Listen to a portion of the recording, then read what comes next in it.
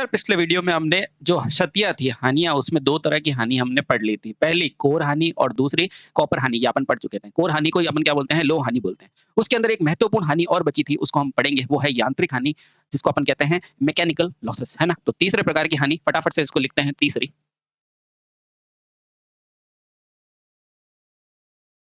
1 minute थोड़ा-सा pen सही कर देता हूँ। ठीक है। तीसरे प्रकार की हानि कौन-सी है आपकी? यांत्रिक हानि। जैसा कि नाम से पता चल रहा है बेटा, ये कब होगी ये हानि? जब इस जो ये आपका क्या है, कोर है, इस कोर के बीच में जो आर्मेचर है ना बेटा, ये इस आर्मेचर के घूमने के कारण होने वाली हानि है यांत्रिक हानि, ठीक है? हाँ, तो बेटा इसमें मुख्यतः कारण क्या है? तो यह मुख्यतः कारण है किसका? घर्षण का। किसका घर्षण बेटा? वायु का घर्षण, है ना? यानी कि ये चलेगी तो वायु को काटेगी ना बेटा, उसका घर्षण। तो बेटा लिखो, इसका मुख्य कारण, इसका मुख्य कारण मुख्य कारण क्या है बेटा? घर्षण। इसका मुख्य कारण घर्षण है। घर्षण होता है, यानी कि यह हानि किसके कारण होती है बेटा? यह हानि आपके घर्षण के कारण होती है, ठीक है बेटा? अब ये घर्षण चाहे आप ब्रश बियरिंग के कारण हो या ब्रश कम्यूटेटर के कारण हो या वायु घर्षण के कारण हो। तो अब लिखो बेटा, घर्षण कौन-कौन सा हो सकता है? घर्षण मुख्यतः मुख्यतः बेटा कौन-सा होगा? वायु घर्षण, वायु घर्षण, ठीक है? और दूसरा क्या हो सकता है बेटा? जो आपके ब्रश और बियरिंग का घर्षण हो सकता है, ब्रश और बियरिंग का घर्षण, बियरिंग घर्षण, ठीक है? या आपका किसका घर्षण हो सकता है? भई या तो आपके वायु का घर्षण हो सकता है आर्मेचर के, या ब्रश और बियरिंग का घर्षण हो सकता है, या फिर आपका क्या हो सकता है बेटा? कम्यूटेटर का घर्षण हो सकता है, या कम्यूटेटर कम्यूटेटर ब्रश का घर्षण हो सकता है। ब्रश का, यहाँ पर सिर्फ बियरिंग भी लिख सकते हो बेटा, या बियरिंग बियरिंग घर्षण, या फिर आपका क्या हो सकता है? कम्यूटेटर ब्रश घर्षण हो सकता है, कम्यूटेटर ब्रश का घर्षण, ठीक है? तो घर्षण मुख्यतः क्या होता है बेटा? वायु घर्षण, बियरिंग घर्षण, ठीक है? या फिर आपका क्या हो सकता है? कम्यूटेटर ब्रश घर्षण हो सकता है, हो सकता है, ठीक है? तो ये बेटा आपके इंपॉर्टेंट था मैकेनिकल लॉसेस, ठीक है? अब मुझे ये बताओ ये जो लॉस है, वो समान रहेगा या असमान? तो बेटा ये हमेशा समान रहता है, चाहे आप लोड डालो, चाहे नहीं डालो। तो बेटा क्या लिखोगे? यह मान लोडहीन से लगाकर पूर्ण लोड सभी दिशाओं में क्या रहता है? समान। तो लिखो बेटा, ये इंपॉर्टेंट है। यह हानि यह हानि लोडहीन लोडहीन क्या होता है बेटा?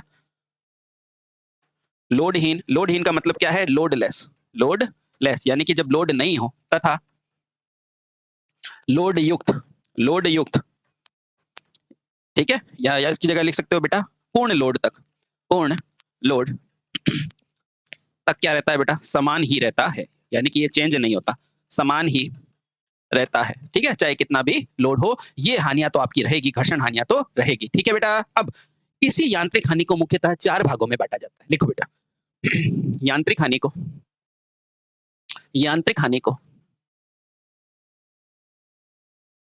को मुख्यतः मुख्यतः 4 भागों में 4 भागों में बाँटते हैं। अब बेटा इनको सीधा-सीधा याद करना है ना, आपको क्वेश्चन डायरेक्ट पूछता है, ठीक है? यांत्रिक हानियों को कितने प्रकार बाँटते हैं? तो पहला होता है, आपने नाम सुना होगा स्ट्रे हानि। पहली कौन-सी है बेटा? स्ट्रे हानि।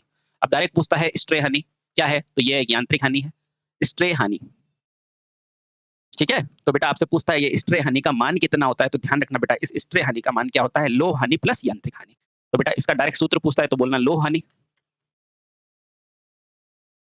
इसमें क्या जोड़ोगे? इसमें यांत्रिक हानियां जोड़ोगे ना, तो आपको मिलता है स्ट्रे हानियां। क्योंकि बेटा ये आईटीआई की परीक्षा है, तो ये छोटी-छोटी चीजें बेहद महत्वपूर्ण होती है। स्ट्रे हानि किसके बराबर होती है? लो हानि के साथ आयरन हानि, ठीक? लो हानि के साथ यांत्रिक हानि, दोनों को जोड़ के मिलती है स्ट्रे हानि, यानी कि कोर प्लस मैकेनिकल लॉसेस, ठीक है? उसके अलावा बेटा एक होती है नियत हानि। एक नाम क्या होता है? नियत हानि, जिसका मान बराबर रहता है। देखो लिखो बेटा, पी नियत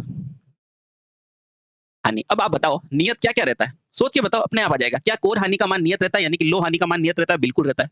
क्या यांत्रिक हानि का मान रहता है? बिल्कुल रहता है। और सोचो बेटा, और मुझे बताओ जो शंट फील्ड होती है आपकी, ये शंट फील्ड होती है, क्या इसकी हानि भी फिक्स रहती है? बिल्कुल रहती है बेटा, बिल्कुल रहती है। तो बेटा ये आपका शंट फील्ड हुआ, उसके अलावा लोह और यांत्रिक, तो बेटा इसी को बोलते हैं नियत हानि। तो नियत हानि में कौन-कौन सी आएगी? एक तो आपकी लोह हानि, और क्या आएगी सर? एक ये आपकी यांत्रिक हानि, और क्या आएगी सर? यांत्रिक हानि, और क्या आएगी सर? ये आपके शंट फील्ड हानि। तो यहाँ लिखो बेटा शंट फील्ड हानि, शंट फील्ड हानि। अच्छा, सर यही आपके नियत हानि होगी, बिल्कुल होगी। इसको और कैसे लिख सकते हैं? थोड़ा सोच के बताओ। इस हानि को और कैसे लिखा जा सकता है? तो बेटा इस हानि को आप ऐसे भी लिख सकते हो कि नियत हानि को ऐसे भी लिख सकता है बेटा लोह प्लस यांत्रिक दोनों मिला के क्या होता है? स्ट्रे हानि। तो नियत हानि क्या होती है बेटा? स्ट्रे हानि प्लस शंट फील्ड हानि, शंट फील्ड हानि। समझ में आया? आ गया सर, आ गया। इंपॉर्टेंट है ना? देखो, तो स्ट्रे हानि और शंट फील्ड हानि को क्या बोला जाता है? नियत हानि। कहाँ से है? ये ऊपर से। ठीक? चलो बहुत अच्छे। इसके अलावा बेटा एक होता है अस्थिर हानि, यानी कि जो स्थिर नहीं होती, यानी कि जो आर्मेचर में होती है ना? और जैसे जो सीरीज फील्ड में होती है। तो लिखो बेटा तीसरा है अस्थिर हानि। ठीक है? अस्थिर, अस्थिर हानियाँ, अस्थिर हानियाँ। अब आपसे पूछेगा ये अस्थिर हानियाँ क्या-क्या होती है? तो सोच के बताओ बेटा अस्थिर हानियाँ कौन-सी हो जाएगी? ठीक है? जल्दी से। यहाँ आप यांत्रिक के हटा के सीधा लिख सकते हो बेटा हानियाँ। हानियों को, है ना? हाँ। अब सुनो बेटा अस्थिर हानियाँ कौन-सी होगी? सुनो, इसके बीच में क्या घूमेगा? मान लो ये मेरा पोल है, इसके बीच में क्या घूमेगा बेटा? आपका आर्मेचर घूमेगा कि नहीं? और आर्मेचर में जितना लोड लगाओगे उसके हिसाब से हानियाँ होगी। तो बेटा पहली होगी आर्मेचर। और देखो बेटा, ये आपका फ़ील्ड है और इस फ़ील्ड से अगर आपने ये लोड लगा दिया, तो बेटा लोड में जो धारा जाएगी, वही इस सीरीज़ में भी जा रही है ना? तो बेटा ये सीरीज़ फ़ील्ड और लोड की, यानी कि आर्मेचर की हानियाँ बेटा क्या होगी? अस्थिर होगी। लिखो, आर्मेचर हानि प्लस किसका बेटा? प्लस हो जाएगी सीरीज़ फ़ील्ड हानि, सीरीज़ फ़ील्ड हानि। तो बेटा ये क्या चीज़ है? दोनों ही चीज़ें, ये दोनों ही चीज़ें आपकी क्या है? अस्थिर हानियों की श्रेणी में आती है। ठीक है? अब मुझे बताओ कुल हानि क्या हो जाएगी? तो कुल हानि हो जाएगी बेटा नियत प्लस स्थिर हानि। ठीक? तो लिखो बेटा इसके अलावा चौथी जिसके अंदर पूरी मशीन आ जाती है, तो आप क्या लिखोगे? कुल हानि बराबर क्या हो जाएगा मेरा? एक तो ये नियत क्योंकि इसमें ऊपर वाला भी आ गया, तो ये क्या हो जाएगा? नियत हानि नियत हानि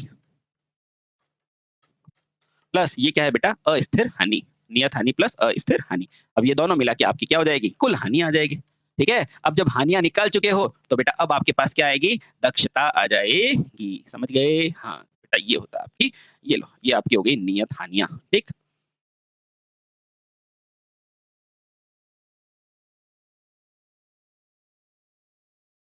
हुँ, एक तो ये क्या कारस्थानीय कंडी नहीं आती है हमें। ये अब सही आया। ये लो भैया।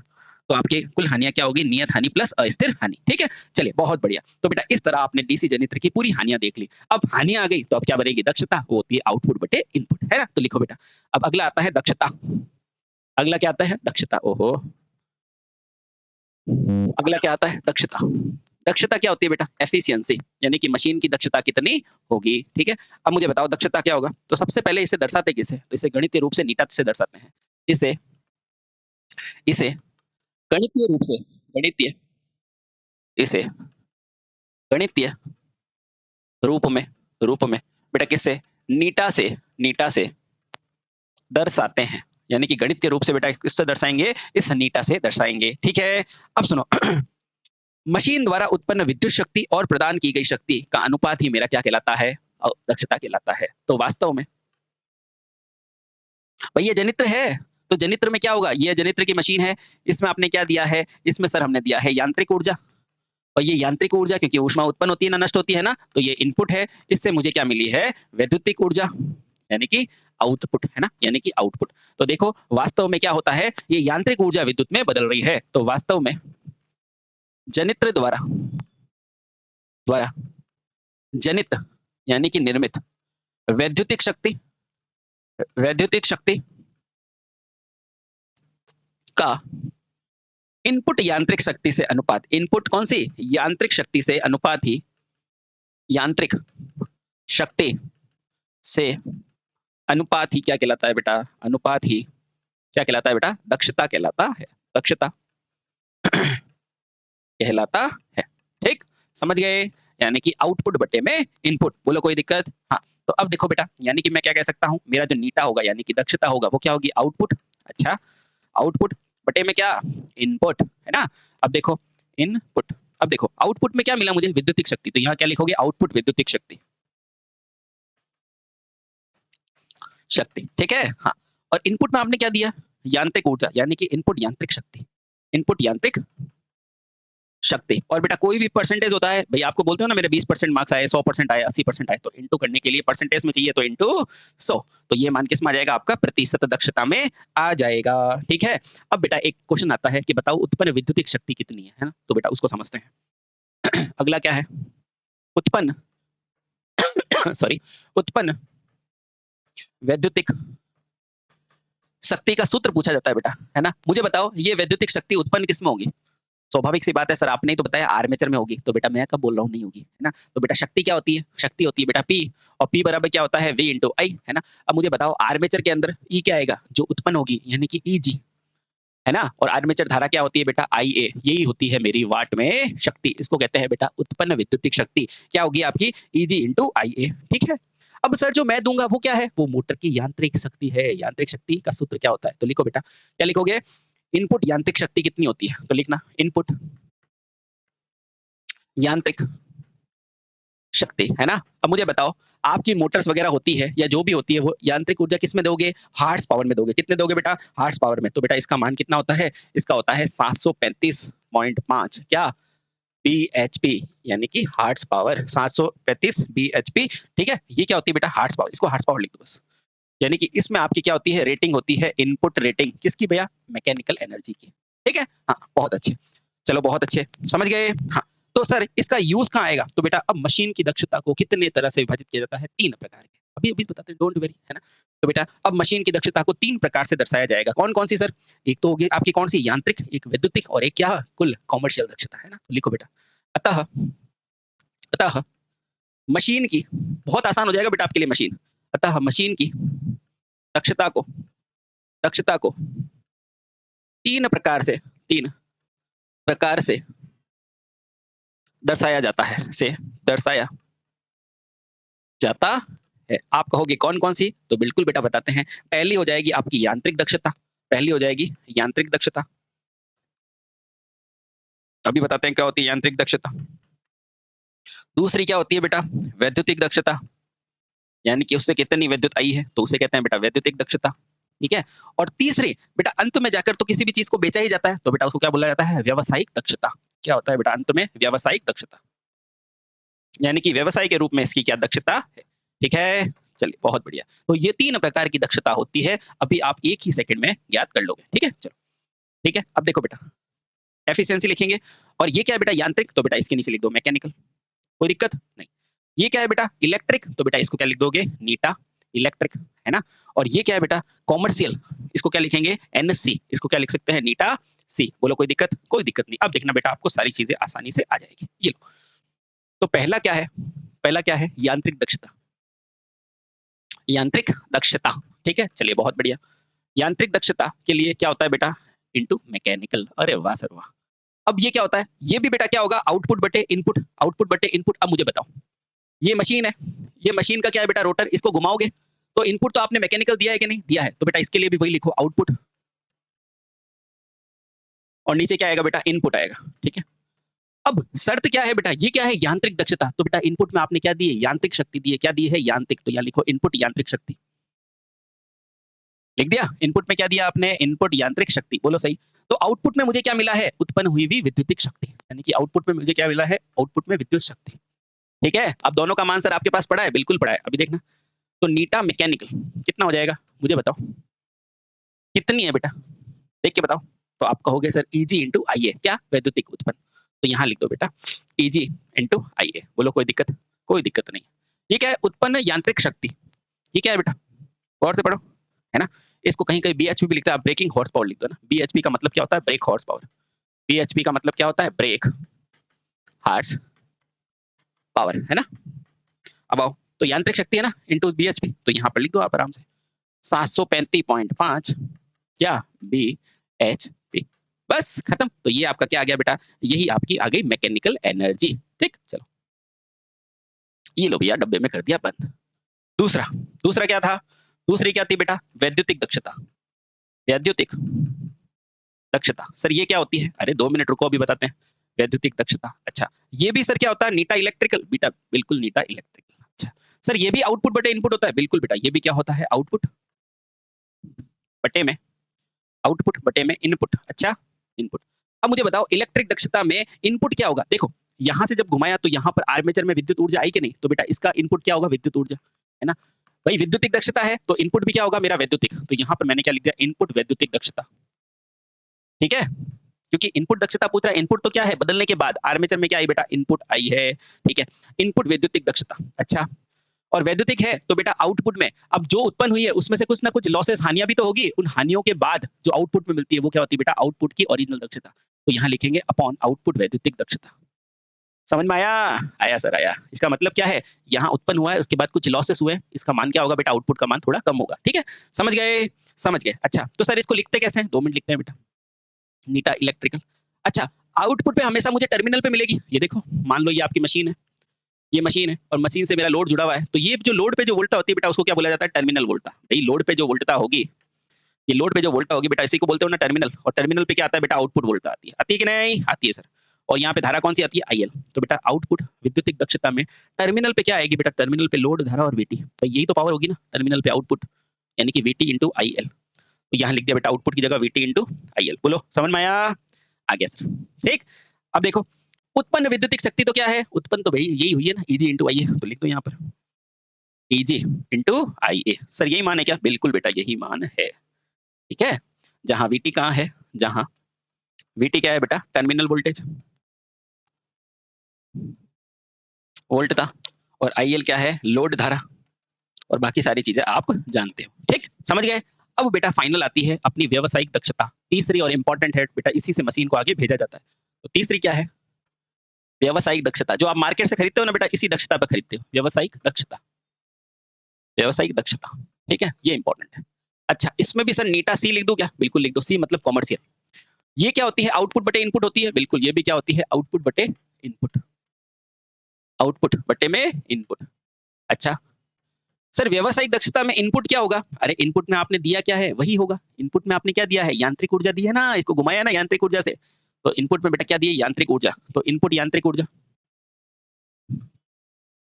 और आउटपुट में मुझे क्या मिलेगा, जो टर्मिनल की आउटपुट ऊर्जा है, तो आउटपुट विद्युतिक ऊर्जा, वैद्युतिक ऊर्जा, ठीक है। अब देखना बेटा, तो कम मुझे बताओ इनपुट में कितनी दी है आपने, ये रही 735.5 इंटू bhp, दी कि नहीं, तो बेटा यही चीज यहाँ पर है, यहाँ क्या हो जाएगा 735.5 bhp, ठीक है, ये क्या है इनपुट। अच्छा, मुझे आउटपुट में मिल रही है बेटा, आउटपुट पे कौन सी, जो मेरे लोड पर होगी, जो मेरे लोड पर होगी, फाइनली जो लोड पे होगी ना बेटा, वो ये लोड मेरा वीटी है, यहाँ पर जो मेरी जो वोल्टेज है ना, यहाँ पे धारा क्या है आईएल, तो बेटा ये आउटपुट में मिलेगी आपको, क्या हो जाएगा वीटी इंटू आईएल, ये क्या है पावर है, तो बेटा यहाँ लिख दो वीटी इंटू आईएल, ठीक है। देखो आराम से, देखो आराम से, ठीक है, समझ में आया? चलिए बहुत बढ़िया। तो ये क्या है बेटा, आपकी कमर्शियल पावर, और इसी पावर पे आपको बेचा जाता है मशीन। और डीसी मशीन की दक्षता लगभग कितनी होती है, तो लगभग लगभग आप देख लो बेटा 80% के आसपास होती है, ठीक है।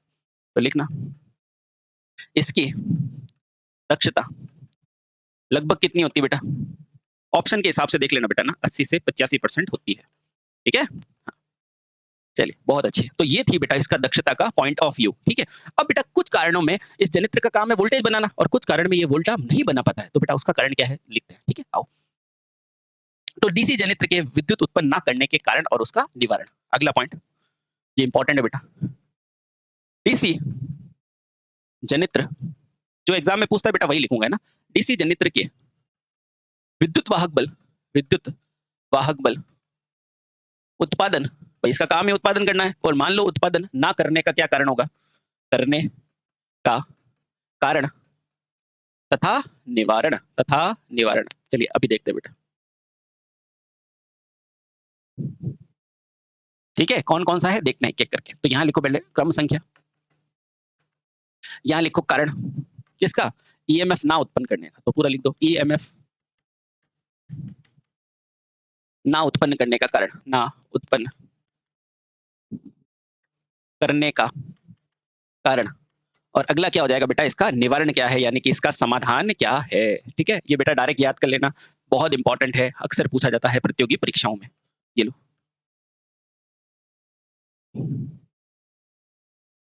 ठीक है, समझ गए। तो पहला और इंपॉर्टेंट क्या है बेटा, अवशिष्ट चुंबकत्व खत्म हो गया। इसका कारण क्या है बेटा, ईएमएफ क्यों नहीं बन रहा, मान लो अवशिष्ट चुंबकत्व खत्म हो गया। अब तो जानते हो ना अवशिष्ट चुंबकत्व क्या होता है, हर मेटल की टेंडेंसी होती है कुछ ना कुछ धारणशीलता की, है ना।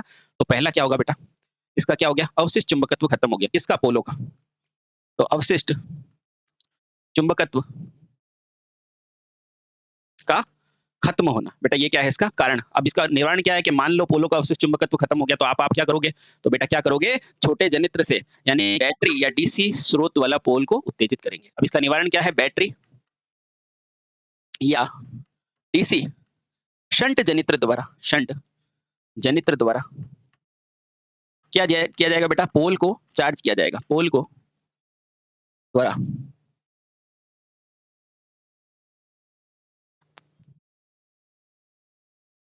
तो क्या लिखोगे बेटा, इसका निवारण क्या है, बैटरी या शंट जनित्र द्वारा, शंट जनित्र द्वारा द्वारा आपके पोल है ना, पोल को चार्ज किया जाता है, पोल को चार्ज किया जाता है, चार्ज किया जाता है।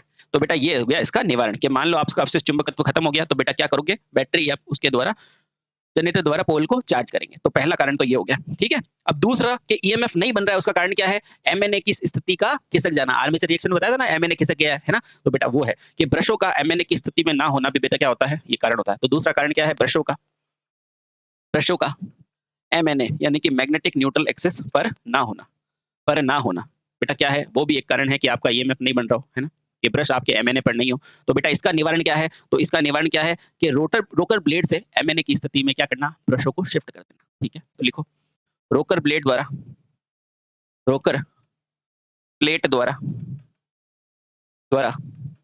ब्रश को एमएनए की तरफ खिसकाना, एमएनए की तरफ क्या करते हैं बेटा, शिफ्ट करते हैं, ठीक है।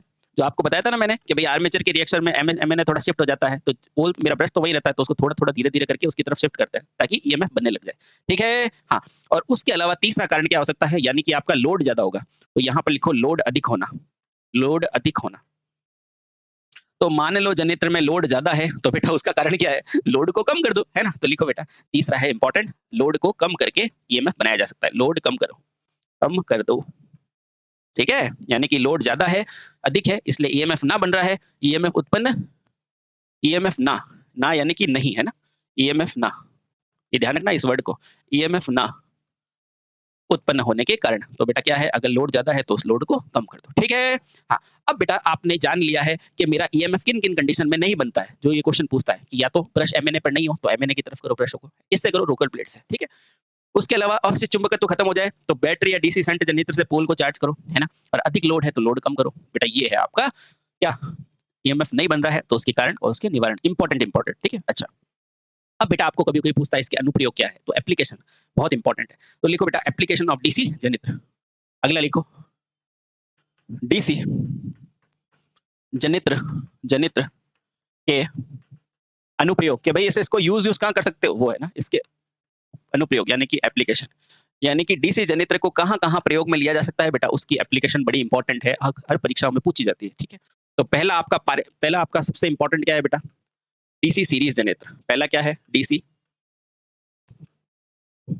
सीरीज जनित्र। बेटा आपसे पूछेगा कि डीसी सीरीज जनित्र को कहाँ यूज करोगे, तो आप बताओ कहाँ यूज करोगे बेटा, पारेषण लाइन में बूस्टर के रूप में। तो कहाँ करोगे बेटा, पारेषण लाइन में, पारेषण लाइन में। पारेषण का मतलब क्या होता है बेटा, ट्रांसमिशन लाइन में बूस्टर के रूप में, बूस्टर के रूप में प्रयोग करते हैं, यानी कि ट्रांसमिशन लाइन में आप बूस्टर के रूप में बेटा क्या करते हैं, डीसी सीरीज जनित्र को यूज करते हैं। दूसरा अब दूसरा बताओ बेटा, डीसी शंट जनित्र का प्रयोग कहां करते हो, तो डीसी शंट जनित्र का प्रयोग पूछे तो बेटा क्या लिखोगे कि डीसी शंट जनित्र का प्रयोग कहां करते हो, तो बेटा लिखना बैटरी चार्जिंग में। अभी किया था ना मैंने पोल चार्जिंग, याद आया, हाँ। तो लिखो बेटा बैटरी चार्जिंग, ठीक है। और इसके अलावा बेटा एक चीज और ध्यान रखना, जो आपके सेंट्रीफ्यूगल पंप होते हैं ना, उसमें क्या करते हैं, मैनेजमेंट के लिए यूज में लेते हैं। तो बेटा सेंट्रीफ्यूगल पंप में इसका यूज किया जाता है, सेंट्रीफ्यूगल पंप संचालन में, ठीक है, क्योंकि यहाँ कांस्टेंट फ्लक्स की जरूरत होती है, संचालन में इसका यूज करते हैं, ठीक है। तो दो हो गए बेटा, डीसी सीरीज का बूस्टर में और डीसी शंट जनित्र का बैटरी और सेंट्रीफ्यूगल संचालन में, ठीक है। चलिए बहुत बढ़िया। अब आगे इंपॉर्टेंट है बेटा, जो आपका जो पढ़ते हो ना बेटा कंपाउंड जनित्र, उसके लिए कि वो कहाँ कहाँ यूज करते हैं, ठीक है। तो लिखो बेटा कंपाउंड जनित्र, तीसरा लिखो कंपाउंड जनित्र का यूज कहाँ कहाँ करते हैं, कंपाउंड जनित्र। ठीक है, चलिए बहुत अच्छा। अब कंपाउंड भी बेटा एक दो नहीं है, बहुत प्रकार के हैं, तो एक एक करके सारे लिखो। पहला जो आप सब याद करते हो, डिफरेंशियल, है ना। तो पहला क्या है बेटा इसके अंदर, डिफरेंशियल कंपाउंड जनित्र। डिफरेंशियल कंपाउंड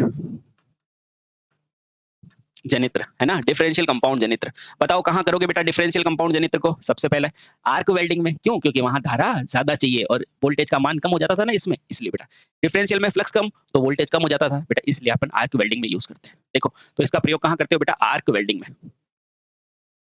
ठीक है, अब आर्क वेल्डिंग में क्यों करोगे, क्योंकि यहाँ मुझे धारा का मान ज्यादा चाहिए और ई का मान क्या चाहिए बेटा, कम चाहिए। ठीक है, आर्क वेल्डिंग में इसका यूज करते हो। ठीक है, ध्यान रखना बेटा, बड़ी इंपॉर्टेंट है।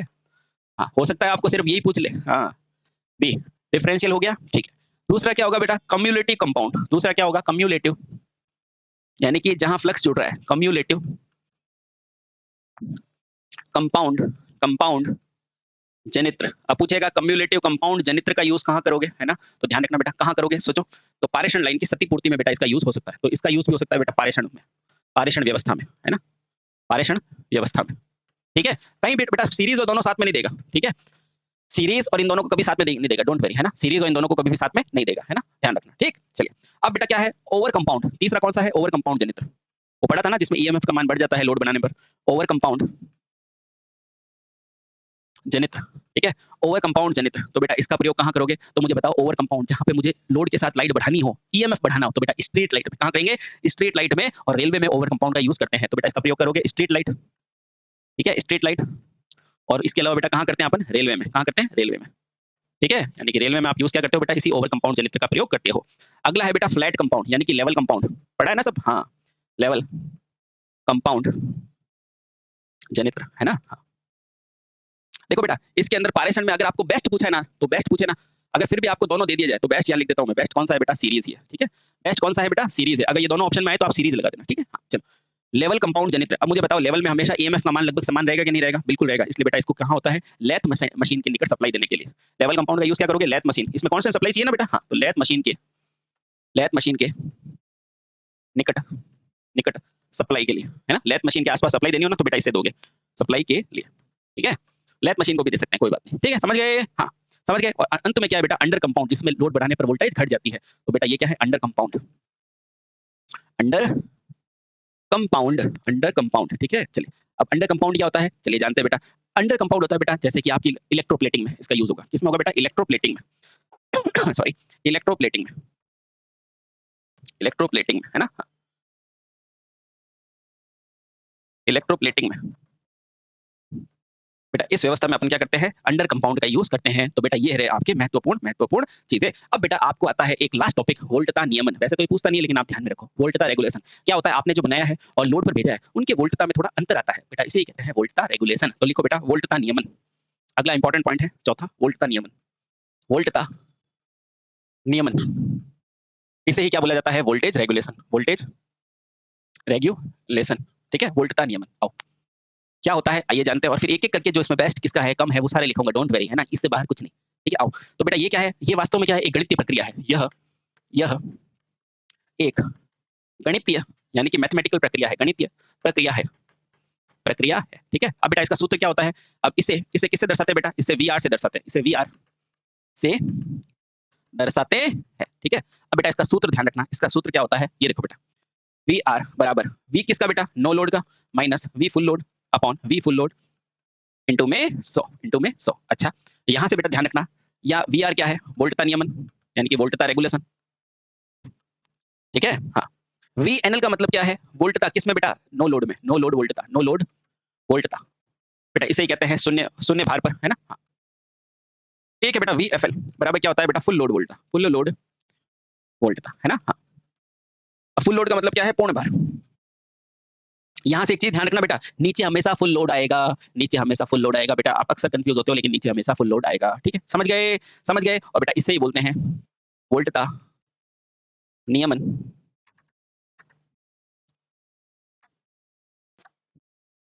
वोल्टता नियमन बराबर नो लोड वोल्टता, नो लोड वोल्टता माइनस फुल लोड वोल्टता, minus full load full load वोल्टता बटे में बेटा क्या होता है फुल लोड वोल्टता, ठीक है। ये रहा बेटा आपका वोल्टेज रेगुलेशन कंप्लीट, है ना। अब बेटा कुछ इंपॉर्टेंट टर्म्स हैं, उसको डायरेक्ट याद करने वाले होते हैं। बेटा ध्यान रखना किसके अंदर वोल्टेज रेगुलेशन ज्यादा होता है, किसमें कम होता है, तो वो इंपॉर्टेंट तथ्य बेटा ध्यान रखना, ठीक है। अच्छा बहुत अच्छे, आओ तो आगे पढ़ लिखो बेटा। सबसे इंपॉर्टेंट है वोल्टता नियमन के प्रमुख प्रमुख तथ्य, है ना। और इसमें एक चीज ध्यान रखना बेटा, जितना वोल्टेज रेगुलेशन कम होगा ना उतना अच्छा होता है। तो यहाँ लिख देता हूँ बेटा, यहाँ ध्यान रखना बेटा, जितना वोल्टेज रेगुलेशन कम होता है उतना ही जनित्र अच्छा होता है, उतना ही जनित्र अच्छा होता है। तो कोई आपको कोई बोले कि भाई 0% रेगुलेशन है और 100% है, तो बेस्ट कौन सा है, तो बोलना बेटा 0 बेस्ट है, 100 अच्छा नहीं है। ये चीजें ध्यान रखना, ठीक है। हाँ ठीक है, तो बताओ सबसे अच्छा किसका होगा, शंट का, है ना। तो देखो बेटा कुछ इंपॉर्टेंट पॉइंट है वो ध्यान रखना। इसमें आपसे कुछ क्वेश्चन पूछे जाते हैं। पहला क्वेश्चन ये पूछेगा, बोलेगा कि सबसे कम और ऋणात्मक वोल्टेज रेगुलेशन किसका है। क्या पूछेगा, सबसे कम और ऋणात्मक रेगुलेशन किसका है। तो सबसे कम तथा नेगेटिव रेगुलेशन ऋणात्मक नियमन किसका है। तो बेटा फटाफट से बोलना, मुझे बताओ। नो सीरीज के अंदर शुरू में कितना होता है, 0, और जैसे जैसे लोड बढ़ता है वैसे वैसे रेगुलेशन बढ़ता है ना। यानी कि फुल लोड कम है और नो लोड ज्यादा है, तो ऋणात्मक किसका, इसका ही होगा। देखो ये क्या होता है बेटा, V no load minus V full load upon V full load होता है कि नहीं। हाँ अब देखो सीरीज के लिए इसका मान ज्यादा होता है, तो इसका मान ज्यादा होगा तो क्या होगा बेटा, नेगेटिव, है ना। तो बेटा इसके लिए क्या होता है, सीरीज जनित्र बेटा ये सीधा सीधा पूछेगा, ध्यान रखना, ठीक है। हाँ समझ में आया। सबसे कम तथा ऋणात्मक वोल्टेज रेगुलेशन। तो सर एक क्वेश्चन ये भी होता है, सबसे कम और धनात्मक वोल्टेज रेगुलेशन है। देखो इधर आओ भाई, डिफरेंशियल के लिए अंदर क्या होता था, V no load minus V full load. अब डिफरेंशियल में क्या होता था बेटा, वोल्टेज आपका घटता था, जैसे जैसे लोड बढ़ाते वोल्टेज घटता था ना, तो बेटा ये कम होगा, यानी कि नो लोड वाला मेरा ज्यादा हो जाएगा। इसका मतलब क्या है बेटा, वोल्टेज रेगुलेशन कैसा है, धनात्मक है। तो सीधा याद करो बेटा। सेकंड आपसे पूछेगा सबसे कम और क्या पूछेगा बेटा, तथा धनात्मक धनात्मक नियमन किसका है, ठीक है। कौन सा बेटा, वोल्टता नियमन किसका है। तो क्या बोलोगे, डिफरेंशियल का। क्या है, डिफरेंशियल कंपाउंड का, ठीक है बेटा। ध्यान रखना ये बड़ी इंपॉर्टेंट चीजें हैं, कहीं नहीं मिलेगी, है ना। ध्यान रखना डिफरेंशियल कंपाउंड जनित्र का, ठीक है। हाँ तो बेटा ये दो तरह के क्वेश्चन आते हैं, ठीक है, समझ गए। हाँ अब देखो एक आपसे पूछता है, बताओ धनात्मक वोल्टेज रेगुलेशन किसका होता है। क्या पूछेगा, सिर्फ ये पूछेगा, ये बताओ ये ऋणात्मक है ना। हाँ तो सबसे पहले आप ये याद करो, ये बताओ ऋणात्मक वोल्टेज रेगुलेशन किसका है, पूछेगा ऋणात्मक वोल्टता रेगुलेशन किसका है। तो बेटा क्या बताओगे, इधर आओ। वी आर बराबर क्या होता है, V no load minus V full load upon V full load, है ना। मुझे बताओ नेगेटिव के लिए इसको ज्यादा है, और इसको ज्यादा कब करोगे, लोड बढ़ाने पर वोल्टता किसकी बढ़ती है, ओवर कंपाउंड की। तो बेटा नेगेटिव वोल्टेज रेगुलेशन किसका होता है, ओवर कंपाउंड का, ओवर कंपाउंड जनित्र। ये यूं क्यों पूछता है बेटा, है ना, ध्यान रखना, बहुत अच्छे। अच्छा ये ऋणात्मक है तो सर कोई धनात्मक भी होगा, बिल्कुल होगा। क्या हो जाएगा वो, देखो धनात्मक का होने के लिए नो लोड वोल्टेज का मान मुझे ज्यादा करना पड़ेगा, बिल्कुल। देखो ये ना, नो लोड को ज्यादा करना पड़ेगा। अब बताओ नो लोड ज्यादा हो जाएगा यानी कम होगा, किसका होगा कम, धनात्मक। किसका होगा, अंडर कंपाउंड का, बस। तो तीसरा चौथा पूछा जाता है बेटा, धनात्मक रेगुलेशन, धनात्मक वोल्टता रेगुलेशन किसका है। तो बेटा आप क्या बताओगे, धनात्मक, ये ओवर है तो क्या हो जाएगा, अंडर कंपाउंड। सेम शब्द बोलेगा, है ना, अंडर कंपाउंड जनित्र, ठीक है। ये लो बेटा अंडर कंपाउंड जनित्र किसका, धनात्मक, ठीक है। हाँ बेटा एक क्वेश्चन और पूछा जाता है, सबसे कम वोल्टता रेगुलेशन किसका होता है। क्या पूछेगा बेटा, सबसे कम वोल्टता रेगुलेशन किसका होता है। तो ध्यान रखना बेटा, सबसे कम होता है भाई, रेगुलेशन होता ही नहीं है किसका, फ्लैट का। तो सबसे कम वोल्टता रेगुलेशन किसका होता है बेटा, रेगुलेशन। तो बेटा आप क्या होगे, लेवल कंपाउंड का। किसका होता है बेटा, लेवल कंपाउंड का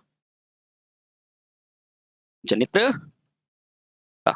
ये बेहद इंपॉर्टेंट है बेटा, बड़ी बड़ी परीक्षाओं में बच्चे जो करते हैं उनको भी नहीं आते हैं ना, लेकिन अब आप इसको अच्छे से कर पाओगे, ठीक है। सबसे कम किसका होता है बेटा, लेवल कंपाउंड का, ठीक है। तो सीरीज का क्या होता है, सबसे पहले सीरीज जनित्र का सबसे कम होता है और ऋणात्मक नियमन होता है, ठीक है, बहुत सही। अब सबसे कम और धनात्मक किसका होता है, तो डिफरेंशियल का होता है, बिल्कुल सही। उसके बाद क्या लिखा है बेटा आपने, ऋणात्मक वोल्टेज रेगुलेशन किसका होता है। तो बेटा ऋणात्मक वोल्टेज होता है ओवर कंपाउंड का, बिल्कुल सही है, ठीक है। अब ऋणात्मक के बाद धनात्मक लिखा आपने, धनात्मक वोल्टेज रेगुलेशन किसका होता है, तो धनात्मक हो जाएगा बेटा आपका, धनात्मक वोल्टेज रेगुलेशन किसका हो जाएगा, शंट जनित्र का। किसका होगा बेटा, शंट जनित्र का धनात्मक वोल्टेज रेगुलेशन। यहाँ थोड़ा सा कर दो बेटा, धनात्मक जैसे है ना, ओहो